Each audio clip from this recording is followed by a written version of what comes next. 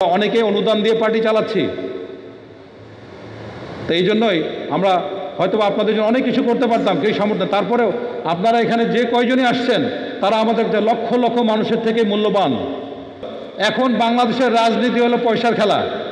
একজন এরকম দর্শক আনতে গেলে 1000 টাকা খরচ করতে হয়, তাই না? তাকে দুপুরে খাওয়াইতে হবে, বিরিয়ানি খাওয়াইতে হবে, তার অটো ভাড়া দিতে হবে, পকেট মানি দিতে হবে, তাই না? ওই ধরনের দর্শক আমাদের দরকার নাই। কোনো ফালতু দর্শক জিজ্ঞাসা করলে কার জন্য আসছে কইতেই পারে না, তাই না? তা হাস্যকর বিষয়। কিন্তু আপনারা এখানে যারা আসছেন, মানে আপনারা যে টানে আসছেন যে এরকম একটা বিষয়, এখানে যদি কিছু শিখতে পারি, বুঝতে পারি, তাহলে এইটা আমাদের, তাহলে আপনার মতো এরকম গুরুত্বপূর্ণ দর্শক শ্রোতা 1:100, ওই 100 জন 1000 থেকে আপনি হচ্ছেন মূল্যবান।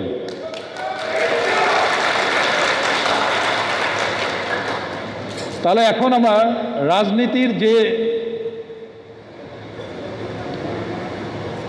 এখন আসে যে বাংলাদেশের রাজনৈতিক নেতারা মিথ্যাবাদী রাখালের মতো, ঠিক কিনা? বাঘ আসলো, কিন্তু যখন এরকম বিপ্লব হয়, আন্দোলন হয়, তখন আর বাঁচানোর কেউ থাকে না, তাই না?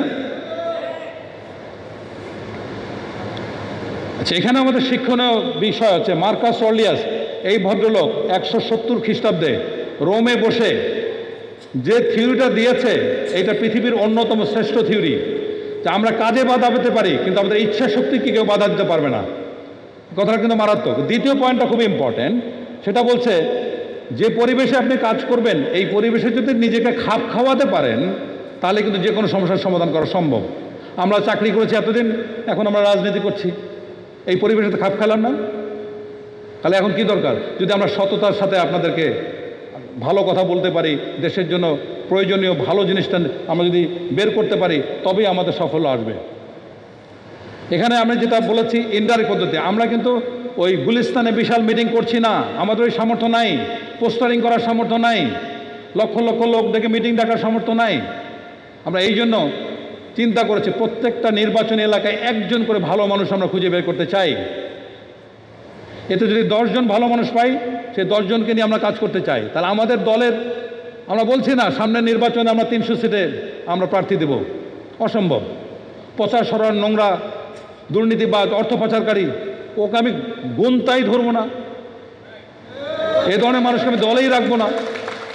অনেক বড় বড় জ্ঞানী মানুষ, অনেক বড় বড় পদধারী মানুষ আমাদের কাছে আসতে চাইছেন, তাদের অতীত বিতর্কিত, আমরা তাদেরকে দলে নেই। তা বাংলাদেশের কোন দল এত সাহস দেখায়? আমি কোনো র্যাঙ্কের কথা বলছি না, বাট আমরা এরকম আপনি শুনলে অবাক হবেন যে কত বড় বড় মাপের মানুষকে আমরা না করেছি। তো যাই হোক, আমাদের সামনে আমাদের যে 3টা শক্তি নিয়ে আমরা কাজ করছি। আজকে এখানে জওয়ান বলতে আমরা বুঝাচ্ছি সৈনিক। সারা দেশে আমাদের প্রায় 2 লক্ষর মতো অবসরপ্রাপ্ত জেসিও, এনসিও, সৈনিক, অফিসার আছে, রাইট? এইটা আমাদের জন্য সবচেয়ে বড় শক্তি। আজকে এখানে প্রতিনিধিত্ব আছে। দ্বিতীয়ত হলো নওজোয়ান হলো নবীন ছাত্র, তারা হচ্ছে আমাদের নওজোয়ান, তাদেরকে নিয়ে আমরা কাজ করতে চাই। তৃতীয়ত হলো গিয়ে এনজিওর বড় শক্তি। এনজিও কারা আছেন? হাত তুলে দেখেন, আছেন? সো এনজিও নেতৃত্ব, এখানে 74টা এনজিও ওনাদের নেতৃত্বে একসাথে হয়েছিলেন, তারা এখন আমাদের সাথে সংগতি প্রকাশ করেছেন। তাহলে এখন চিন্তা করেন একটা উপজেলায় কতজন সশস্ত্র বাহিনী বা পুলিশ, বিজিবির মেলে অবসরপ্রাপ্ত আছে? মিনিমাম 200 থেকে 600, তাই না? এই একটা যদি শক্তি থাকে, এনজিওরা যদি থাকে, ওই জায়গার ছাত্র যদি থাকে, এইটা ওই উপজেলার মধ্যে সবচেয়ে শক্তিশালী অংশ। কোনো সন্দেহ আছে আপনাদের? এটা চেষ্টা করে দেখতে পারেন। তো এই শক্তিগুলোকে আমরা কাজে লাগাতে চাই। এখানে এই 3 শক্তিরে আমরা সমন্বিত শক্তি দেখিয়েছি। এখন পরিস্থিতি, এই সময়টা চিন্তা করেন, এই রকম পরিবেশে রাজনীতি করার, দল গঠন করার জাতীয় জীবনে আর কখনো আসে নাই কিন্তু।